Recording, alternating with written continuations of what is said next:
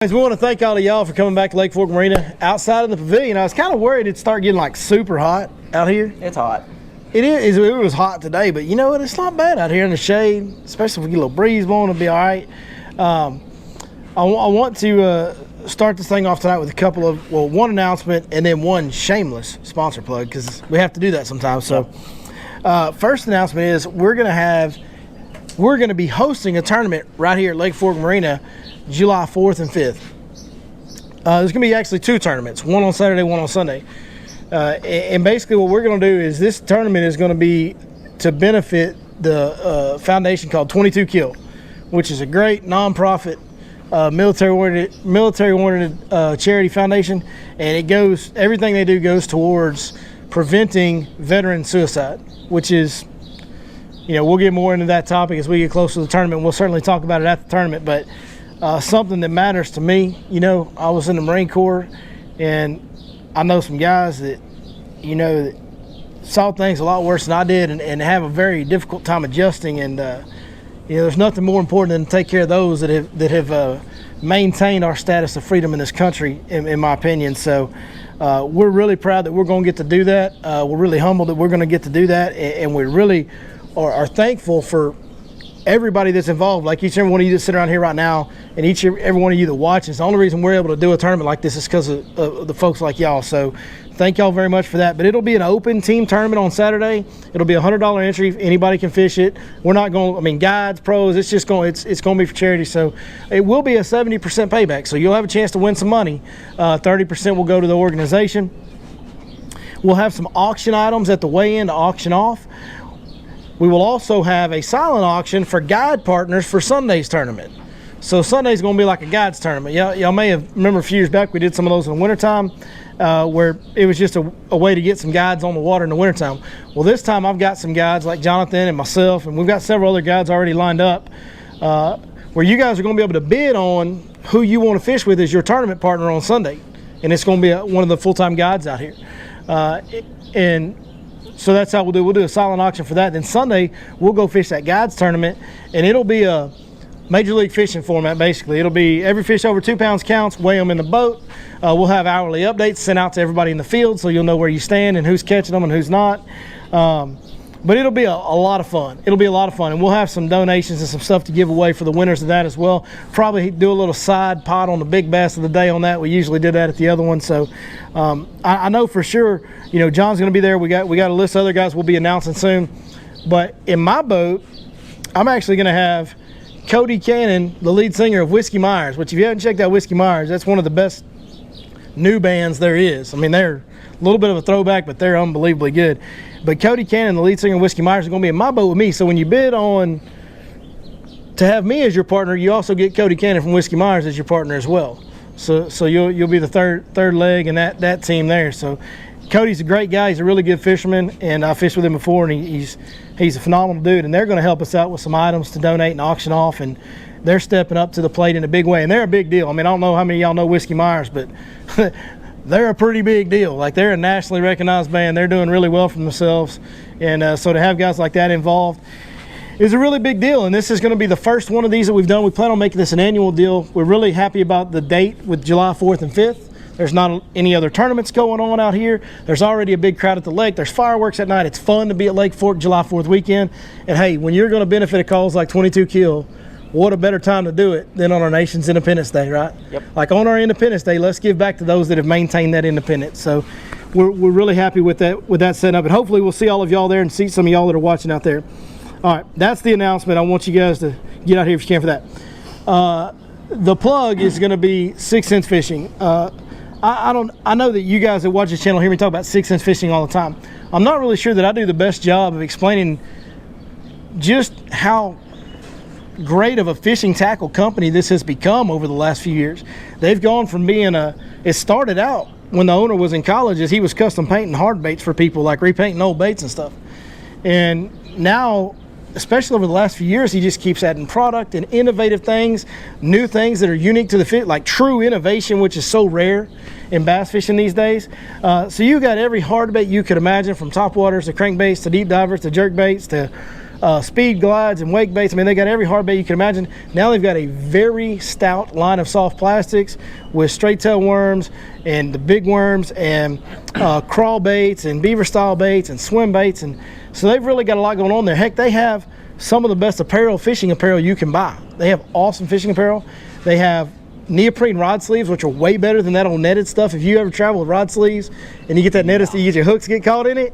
Well, these neoprene sleeves, your hooks don't get caught. They look really good, like everything they do. So really proud to be a part of 6th Sense and be associated with them. And the reason I wanted to plug them tonight is because they have a special going on for Father's Day. You guys are here on Friday, but this will air on YouTube on Sunday. And they have a Father's Day bundle going on where you can buy, or you can have your, you can text your son and say, hey, I want this. Because most of you guys around here look like fathers, maybe even some grandfathers. But basically, they've got discounted tackle bundles. They've got these big bundles, and it may be like an $80 value, and they're selling it for $60. And they got pretty big discounts on these tackle bundles for Father's Day. It's a one-time purchase, not a subscription deal, but some really good deals. So go to 6thsensefishing.com and check those bundles out, man. They're doing a great job of offering up some really cool gifts for Father's Day. So that being said, let's talk fishing. I know that's why y'all are here, and I've delayed it long enough by far. So I've got my man, Johnny the Kid. Johnny, I just want to know, how did that name come about? I don't know, man. You never know what's going to happen on Lake I woke up Fork. one day and then that was my name. You don't get to pick your own nicknames. You know that. Yeah. Like, that's not how it happens, man. Yeah, you don't get to. we got Johnny the Kid, or J-Bo, or Jonathan Bowling, new to guiding on Lake Fork this year for the first time, but he's been guiding on Broken Bow Lake in Oklahoma for several years. Just moved down here and has done an absolutely phenomenal job. The kid continues to catch a lot of big fish as consistently as anybody out here is, and he's been doing it lately in a little bit of a unique way. People have asked me before, do you ever fish brush piles on Lake Fork? I'm like, yeah, every time I pull up on a point, there's like 800 brush piles and every piece of standing timber on that point. But that's not the same. I mean, I say that jokingly. Fishing standing timber and fishing brush piles is two totally different ball games. Yeah. And I don't know, I know a lot of the tournament guys focus on brush piles out here for unders and stuff like that. I'm not sure how many general weekend anglers are just coming out to Funfish Lake Fork think of looking for brush piles on some of this offshore structure. And John's really been capitalizing on brush piles lately, so tonight John's going to break down how he's been catching some bigs out of brush. Yep. Let's go. Get after it, Pods. So, let's just say this for the most part. I had about 5 days where, I'll be honest, I was probably catching 4 fish at the most a day. Couldn't find them. I was idling long points. Never mind, he sucks. No, I'm just kidding. I was idling. It happens. It happens. Yeah. Edges, humps. Couldn't find nothing. I rolled over one brush pile, and I seen about 5 dots in it that looked like really good. I was like, let's try. Now, when you say dots, for those that may not know, when you say dots, you're talking about you're going over that, and on your down scan, bass will show up as a bigger dot. Looks a little bit like a bigger dot. Looks like a mini cotton ball, or if you took a Sharpie and went real hard on your screen. Yep. And we caught about 3 of those. Biggest was probably 5 pounds. Went back out the next day, found the same type of deal. Caught probably 5 to 6 out of that pile. Then I had a day, was a week ago Wednesday, where I've never seen nothing like this. The floodgates open. Yeah, it was yeah, fishing most of your life in Oklahoma. Yeah. This doesn't really happen at too many lakes up there. It's extremely rare. It's not just, it's rare here, don't get me wrong, but when they bite, it happens here. Exactly. And you had a day where they bit, and what happened? When they bit, they was big. So basically, I'm gonna show y'all this. Well, no, you can't just say that. Tell them what it was. I'm gonna show. Okay. Don't leave them hanging. That's where I was getting to. You gotta tell them. Getting to. Okay. I'm so excited. It was a 40-pound bag. Yeah, it was 40.62. So what it was we literally rolled over this brush pile. I wasn't going to this brush pile first. And you gotta clarify these days. That's 40 pounds on best 5. Yes, on 5. We had 2 9-pounders in about. It was probably 30 minutes apart at the most. And I rolled over this brush pile, and there was freaking white perch all in it. You can call them white perch, whatever. It's crappie in Texas. Yeah. Sockeye in Louisiana. And there was some really big dots by this brush pile. And Boy, I was like, okay, crappie eaters. this might work. First cast, guy catches a 9-pounder. That's a good start. I'm thinking. That's a pretty good start. That'll work. We sat there another 5 minutes. One guy catches like a 7.5. I'm like, and then after that, in my head, it went like that.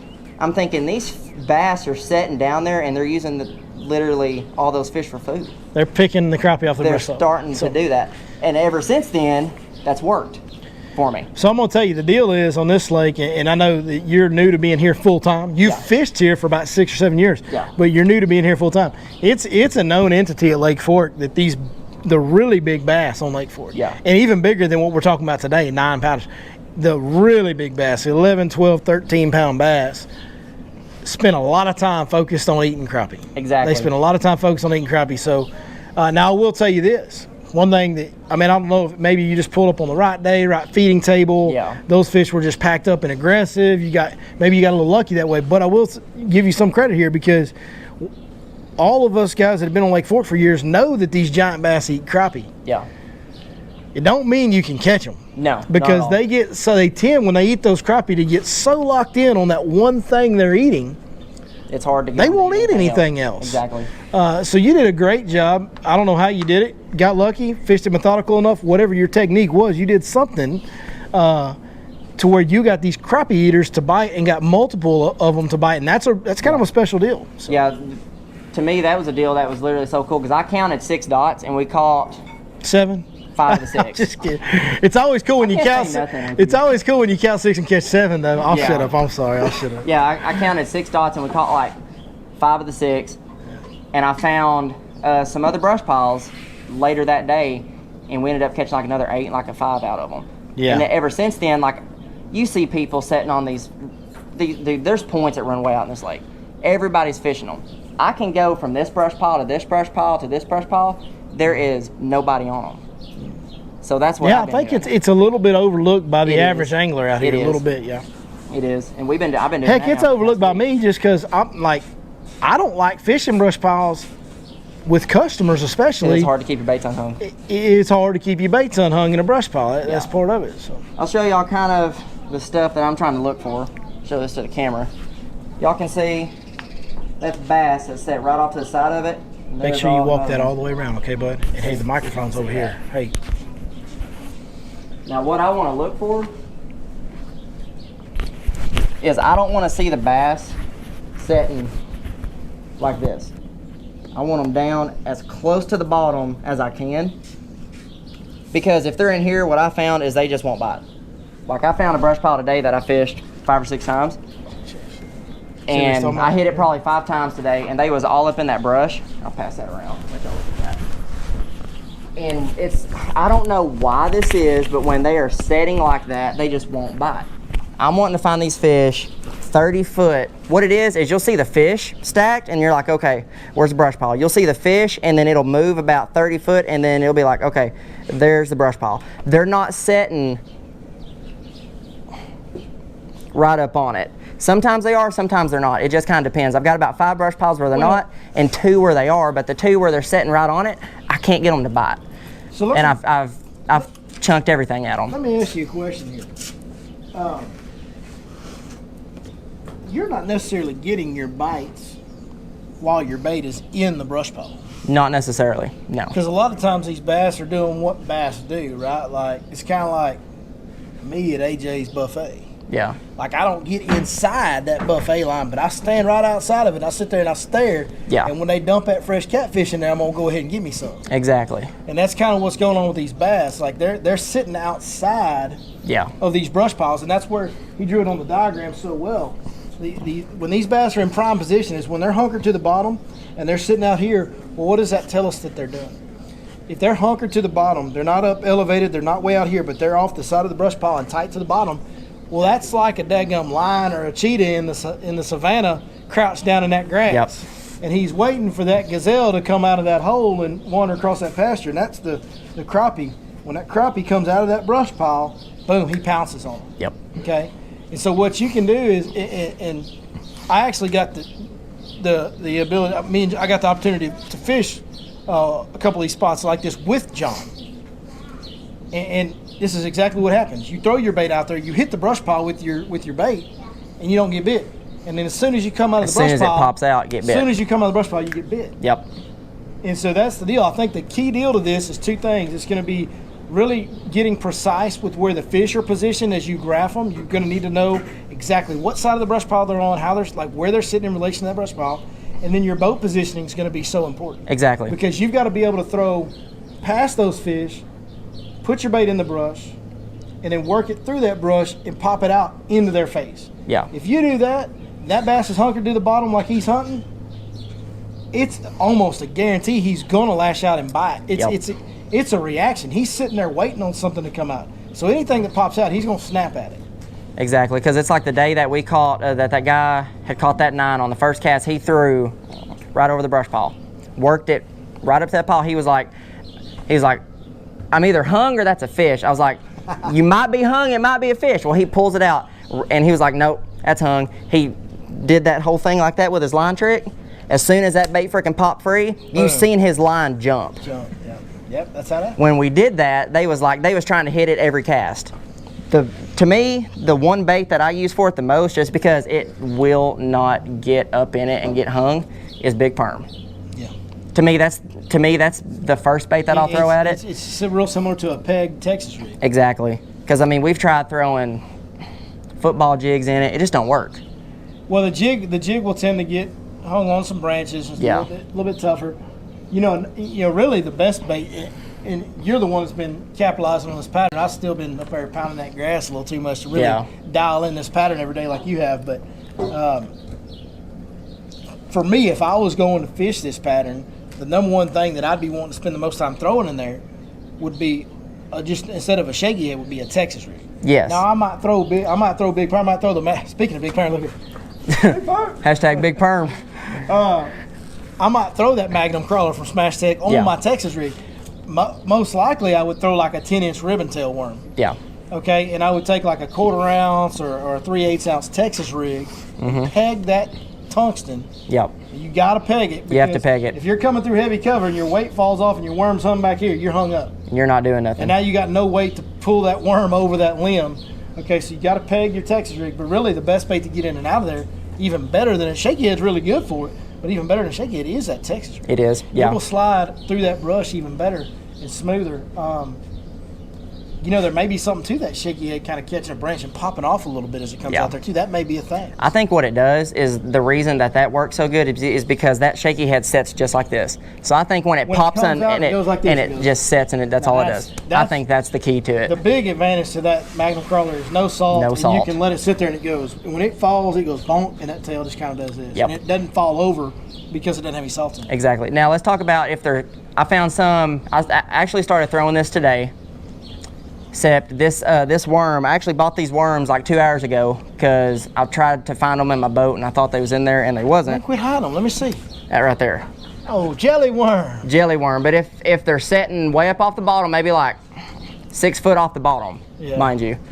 I take this now. This leader is, I think it's monofilament's what I put on it. Non-pole unwrapping something. Well, you taught me how to wrap them and now I can't get them undone. Man, but the reason that I use that type of line is because they're setting way up off the bottom, and I'll take this rig and I'll pull it and I'll make sure that there's not something on it, and then when you pop it, with it being on this line, that worm will literally come up right in their face, and it just does this all the way down. I did it today by using a Zoom Old Monster. Bro, you overcooked the recipe on this rod right here. You know what I'm saying? What I did with it in the house is I took that weight and I started wrapping it with the rod in my hand. Yeah, that recipe. All right, so here's Carolina. We got a couple beads here. You got two. Is it glass or plastic? I think that's plastic. Probably smart. I think it's plastic. Yeah, the problem with that glass, if you're going to use two, is it'll end up chipping a little bit. Yeah. If you get a chipped piece of glass anywhere near fishing line, you got a problem. Honestly though, I've never really had that problem. That's why I like to put that little thing down there by my knot. Got a bobber stop above his knot. Got a bobber stop to keep it, to protect it. Try not to break Once I started doing that, that's really the only thing that I run now. See that on camera. Can everybody see that right here? He's got a bobber stopper right above his main line knot. Yep. He's got his two beads and he's got his egg weight. And then he's got his leader tied, of course, on the bottom. But that's a good key component right there, because that's another thing them glass beads will do is when that thing's doing this, if it's directly contacting your knot, it'll chafe that line. Glass, we know glass cuts. I mean, you don't grab broken glass. Well, these glass beads do have little edges to them, and it will cut your knot where your knot's wrapped around. Now, That is something that I will check. I'll check it probably about every 5 casts. But then, I mean, this is just the rig. This is the only time that this is used is if they're setting way up off the bottom. Carolina rig and old jelly worm. The old jelly worm. And this is why. This thing sinks super slow. So like when you take it and you pop it, it shoots up. What about big perm on the Carolina rig where it just stay up like it? I've never thought about big perm. That's something, actually I take that back. That's something that I thought of today and I just didn't do it. Let me see all this. Let me see. Wait a minute. You got a loose reel, a 6-inch rod. 6 cents Lux, 8 foot heavy. This is probably my setup. I'm just going to go ahead and take it. But yeah, that's my rig if they're setting like way up off the bottom. I don't throw it that much, but when I do, they bite it. All right. Now, what if they're roaming, J-Bo? What if they're roaming? You know what I'm saying? Like, what if they're not right down there next to the brush pile, right down on the bottom? I mean, you talked about if they're up, but what if they're out a little bit? You know what I'm saying? Big spoon. Big spoon. A big spoon. I've been using that big spoon. I've been using both the 6-inch and a 9-inch spoon. Okay, big spoon. Now, any underspin swim baits, anything, you throw any jig head swim baits, anything like that? Not really. Not really? I have, but for me personally, it just really hasn't worked. The spoon's been getting a bit better. The spoon has been getting a bit better. To me, the spoon has been the deal to catch that one fish a day that's just like really, really big. That's been the main deal for it. Well, I know there's an underwater bridge we've both been fishing. I know you're throwing that spoon on that a lot. Of course, that's ideal for a spoon. You got a concrete That is ideal. top. Can't hang it up, so that's ideal. Well, I've lost about 5 on it past 3 days. It's because it's because I don't have the light rod like you use. Wrong setup. I don't know. I got the wrong setup. Wrong rig there. Well, what else about brush pile fishing, man? Main thing to me is the depth. If it's not at least 19 foot or more, I'm really not wanting to fish it. And the ones I'm finding are on these like super long points that are on the main lake. It's just the same stuff literally that everybody's fishing, but I'm just not wanting to fish the actual point. Yeah. Yeah, you know, the 19-foot deal's good. That'll change as the thermocline sets in. Yeah, they'll start rising. You know, actually, it's kind of funny. You know, people, when we think of summertime fishing, I think we all think that, you know, the hotter it gets, the deeper the fish want to go. Well, that is kind of true. The problem is the hotter it gets, the dissolved oxygen content in the super deep water goes away. And so those fish will kind of push away from that. And really some of your shallower offshore structure will be better like in August. Exactly. Or late July. When we have the least amount of oxygen content in the water column, that's when that 12-foot brush pile. Yeah. That 15-foot, that's when those will get a little better. So, or just 12-foot tops of pond dams or humps. You know? Yeah. We'll get better later in the summer when that oxygen starts leaving. I mean, because that's just like I've noticed, like me and you back last week, we was fishing water that was what, like probably freaking 32 foot deep. I've been doing that as well. 35, yeah. But the water jumped up from being 78 during the day. Now when you launch in the morning, it's like 83. Well, and if my fish aren't out there like they was. The fish I'm finding are 18 to 19 now. They're starting to kind of target its own a little bit. Man, it's taken us forever to get to summer. It feels like this year. As far as water temperature, like we feel like it's summer because it's 90 whatever it was today. Yeah. But the water temps were like 81, 82 this morning. You know, that's normally we do that 3 or 4 weeks ago. Yeah. So for the fish, it's taken us forever. It feels like to get these fish established on these traditional summer patterns that we're normally used to fishing by now. But yeah, that they are. And if you look deep enough in certain areas of the lake, like the north, go a little further on the northern end of the lake, and you look out in 30, 35 foot of water, we're just starting to see that little hazy line down I seen there. one today at 11 a.m. So we're just starting to get a little bit of that thermocline. So as long as we keep getting this right here, in these 90-degree days, and that thermocline starts establishing, guys, that actually makes the offshore fishing a lot easier. What it does is it eliminates a lot of places those fish will go. Like where me and John caught fish in 30 to 35 foot of water a couple weeks ago whenever we filmed that like 3-hour video. Yeah, that thing was long. When we were out there, there was no thermocline. Well, when the thermocline establishes to, you know, it'll eventually probably get up around 25 or 20, something like that. But when it establishes at 30 foot, well, those fish won't be out there anymore. No, and so it eliminates lots of the lake for you. The higher the thermocline gets, it just narrows down the structures that you have to go graph. Yeah, you know? I'm thinking right now the way that it's looking, I think that's going to happen in the next 2 weeks max. Yeah, I mean it just depends. The way it's looking, which I don't know about Oklahoma weather, but around here you better not start trying to predict the weather. Exactly. Which next week's not supposed to be quite as hot either, so that could make it. Yeah, it could make it do something stupid. It's so funny. I've gotten to a point now where And I understand, people that come on the weekends or get to come once, twice a week, whatever, Yeah. whatever it may be, or sometimes once a year to Lake Fork. They study the weather. I mean, they want to know what the wind's doing, and they want to know what the weather. I do look at the wind pretty regular, but man, I don't even look at the weather. I don't anymore, watch 'cause I any just of got to it. show up and go fishing. No I matter don't what watch the any of it. Exactly. And half the time they'll tell you it's going to rain all day, and then it won't rain. Like there's a guy that, You'll that end I up had with canceling me. or rescheduling a trip that you didn't need. Exactly. Like there was a guy that I had with me 2 weeks ago. He pulled up to the ramp. First thing he said, "Man, it's gonna rain today. This and that's gonna make the Maybe. bite tough." I was like, Maybe. "If it rains, it rains. If it don't, it don't. We don't have a clue." And it didn't rain a drop, and the sun started shining by probably like 1:30. We got any guys that like to tournament fish Lake Fork in the crowd tonight? Anybody do any stringer tournaments out here? Anybody? You do some? You do some, right? Yeah. So this brush pile deal that John's talking about, for you guys out here with our special slot limit, can't retain anything for weigh-ins between 16 and 24 inches. So you got to catch some under 16-inch fish. Yeah. You got to have at least 4 of them if you're lucky enough to catch an over. Really, you're probably going to need 5 of them.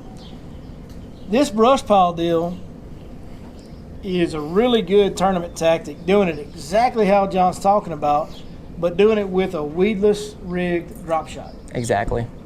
So you take your little 1/4 ounce, 3/8 ounce drop shot, beef up your line size a little bit since you're going to be in some heavier cover. Maybe go 12-pound line, maybe 15. I'd probably go 12, and get you like a little 1/0 EWG or offset straight shank type hook, and put your little finesse worm or your trick worm or whatever straight tail type of worm you want to put on there, and rig it weedless.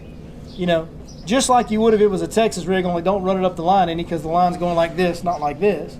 But rig it weedless where that hook is skin hooked back into that worm, and then you can get away. Usually you can get away with throwing it and working it through that brush pile once you get a little used to the feel of it. Man, I'm gonna tell you guys, there's been a lot, I mean a lot of guys that were extremely good tournament. Some of the best tournament fishermen out here that were the best at catching unders consistently have lived and died off that drop shot on brush piles in the summertime. Guys like Eric Wright, Zach Hughes, I mean, those are some of the best guys to ever fish tournaments out here. They won everybody's money in catching unders every week, and they did a lot of it with that drop shot and brush piles in the summertime. And the funny thing about that is, we talk about these crappie eating, these big bass are crappie eaters on these brush piles. Sometimes these big bass are eating crappie and see, everybody comes by there throwing a jig and throwing a big worm or whatever. This lake's notorious for kicking out random big bites on these drop shots. It's notorious. When you can ask Eric and Zach about it, they'll tell you 100%. I know Eric Wright's caught a ton of overs out here on drop shots in this situation. So everything John's talking about tonight, apply that and then use a drop shot. Use that 1/4 to 3/8 ounce drop shot with a little bit bigger line and that weedless hook. And if you haven't been utilizing that technique, you might think about doing it because it can cash you a check out here in a hurry. I caught another over today. You caught another over today? Drop shot. Yeah. On Are a you drop open shot. can I book you for a guide trip? 4 this year. 4 this year. My man. You get after him, boy. Vic, there you go. Came in and did that There you go. drop shot deal Yeah. before he left it. I went and bought that rod. I did exactly what he said. That port pin from D&M. Yeah. Well, that was one of the guys we just mentioned, Zach Hughes. Zach Hughes, Zach yep. Hughes. Yeah, well, let me tell you, if you do exactly what he said, it works. I'm going to tell you it does because I know old Zeter, he catches a lot of really big fish on timber and brush this time of year on that drop shot. A lot. I mean, a lot. He's good now. He's real good. He's a hammer. That's that owner hook that he uses. Yep. Yeah. That little drop shot. Yep. It's really good. Trick, I think, more than that one little hook. All right. But nobody, it's all sold out. He uses size 1, Yeah. not a 1/0. Right. You can find a 2 and a 1/0, but right now you have to. Yeah. It's impossible to find it. All right. Here you go, John. Hand Do back we my have any rod, questions boy. about the brush pile fishing stuff? I have a question. He mentioned you like to see them on the bottom. Yes. Shows they're feeding, but then you're going to go after them with a Carolina rig if they're way up off the bottom. Depends on how they're set. set. Non-feeders. Depends on how they're set up on the brush pile. Like if the brush pile's here and they're setting like this, that's when if they're setting like that, then that's something that I'll try. If they're setting like way off of it and way up, those fish basically won't ever bite. Because I tried that the other day. We hadn't caught one by noon. I found some that was sitting way up off bottom. We tried to catch them and it just didn't work. But So when those fish are way out and way up, do you most time just don't even bother yeah, with them? like I found about 6-7 spots like that today. And Yeah, there's- that's no different than having didn't even stop on a them. peak crest of a structure. We do the same thing. We look for those fish that are, if you've got the top of a hump or a row bed or whatever, we look for those fish to be somewhere around here and relatively close to the bottom. If they're sitting and out if they here- get out here, we just keep going. Yeah. We just keep going. But now if they get up a little bit, but they're over the top of the structure, we might catch them. You can still work with those. That's when that flutter spoon and other thing come to play. Now, obviously, you can't throw a flutter spoon in a brush pile, but if they're relating pretty close to that brush pile and they're up a little bit, then that's when you would maybe take the flutter spoon. I fished a flutter spoon in a pile the other day. The good thing with a spoon, I mean, You can just about jig that it thing off. gets hung, but if you'll just sit there and just kind of do this with it, it Usually will come comes undone off, 9 yeah. times out of 10. Sure does. The Make main sure you thing don't with it- dig it in too The bad. main thing with it is just don't sit here with it and Yeah. do this. Yeah, Just can we? sit there with your rod and We very had a quick. PSA about the satellite station earlier. I'd like to do a PSA about when you hang your bait up. Please don't set the hook on the hang up. Like, can we talk about that for a second? Like, guys will be like, "Oh, I'm hung up." Guys will be like, "Oh, I'm hung up." Then "Oh, you're hung up. Well, let's go get it." And you see them back there doing this. I'm like, Since "Dude, we're are you?" guys, can we even say that? 'Cause Are our you customers are gonna watch this and then they're gonna be like, "That dude's talking on me." Like, Yes. well, you're the one that did it. I am talking about you and you and you and you and all of you. Yeah, I've seen it's awesome being a guide because you get to see people that have all different experience levels, and some guys are really good at this that you've never And some really guys tried it. are like really bad at this. Some guys are really good at something else, but one of the things that we do see quite a bit is guys will go, "Oh, I'm hung up," and then they start jerking it, and I'm like, I had some guys the other day. "You they was realize you're cool just guys. digging that in, right?" Like, They was cool guys, and I had this one brush pile. It's like the main brush pile that I have. We rolled up on it. First cast with a jig. I told him, work it right through that brush pile real easy. What's he do? First limb he hits. I'm hung up.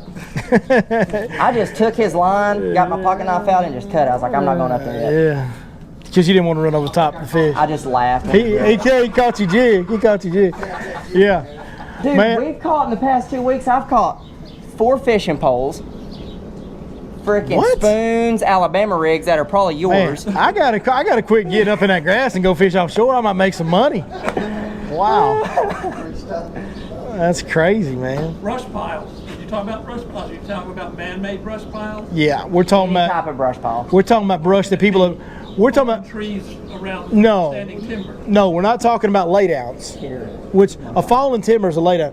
What John's talking about, what we're talking about tonight, is man-made brush piles that somebody has dropped in the lake. Now it might be a bunch of different things. It might be, just straight up brush piles. It might be trees and buckets, willow trees and buckets. Like there's all different kinds of brush piles out here. Like this is my main brush But pile. yes, This is we're what that I'm looking for. we're talking about something that somebody went out there and dropped in the lake. Go pass that around. That's So you're talking something about like that is really what hours that I'm trying to and find. hours and months of graphic to find those brush piles. Or are they so? I've are there said- so many out here that you I've never went looking for them. I just randomly go, oh, with today's side scan, I just go, oh, there's a brush pile, and then I go over the top of You're it. saying those are the bass. Those are the bass, are the exactly. big bass, okay. Now, first thing that I do, because I went looking for some today, my side scan's set on like 160 or whatever it does. If you're looking for brush piles, not fish. Yes. When you're looking for fish, 160 is a But- terrible idea. Once I know they're there, I'll back it off to probably 60, and then that's one that I go do. But Yeah, if you I set, like to go 80. but I can yeah. find a brush pile on any point out here in probably 5 minutes, because I'm looking 200 yards that way and 200 yards that way. Yeah, there's and there's been so many dropped in it over the years. Yeah. It really has. The ones that I think are the best when if you're going out and you're looking for brush piles, or you run across a brush pile and you're trying to figure, okay, is this a good brush pile or not? Because it's like everything on this lake. This lake's full of cover, and not all of it's great. Obviously, if it correlates to a dominant piece of structure, that's going to be great. If it's sitting on a point, or if it's sitting beside a creek bed, or if it's sitting on a hump, that's going to juice it up and make it better. But the kind of the unspoken X factor on whether or not a brush pile is going to be good on Lake Fork is actually the opposite of what you might think. Normally you might think heavy cover with a lot of cover around it, that's a lot of environment for fish. Yeah. I actually think the best brush piles are the most isolated. The further that brush pile is from another piece of timber or cover, the better that brush pile holds fish day in, day out here for me.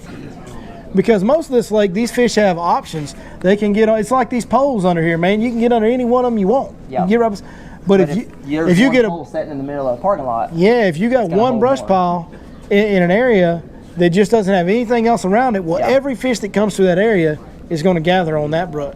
Now, something that I found, I'm not looking for these brush piles that are like super big. I want those ones that are tight, but that are super tall.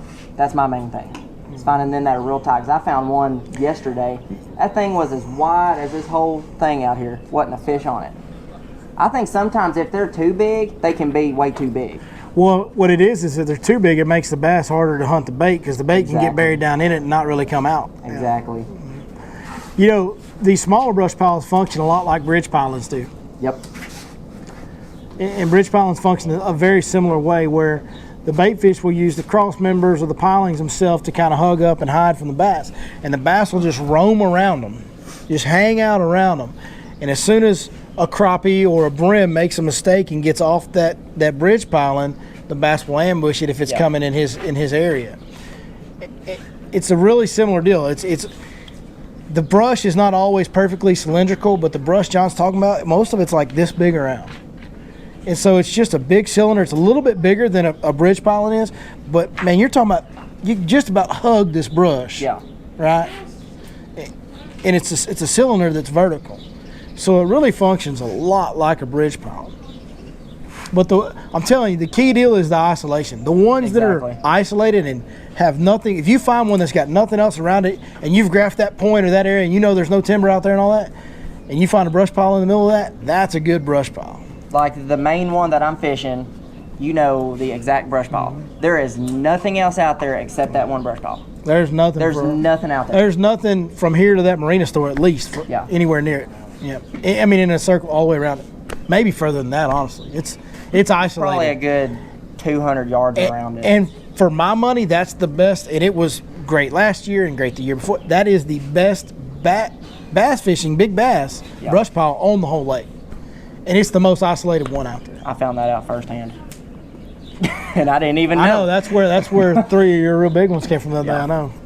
And you said right now about 19 feet. 19 foot is what I found that's been working best for the past week.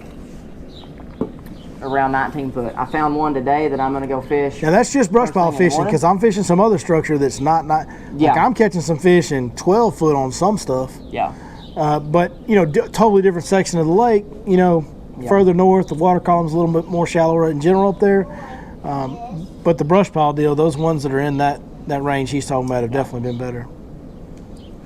Any more questions about brush piles? Well, man, you know what I want to do tonight? You know, there's so many different things going on. I feel like we've covered so much offshore stuff lately. I kind of wanted to open up to you guys and see if y'all had any topics y'all wanted me to dig into tonight. Y'all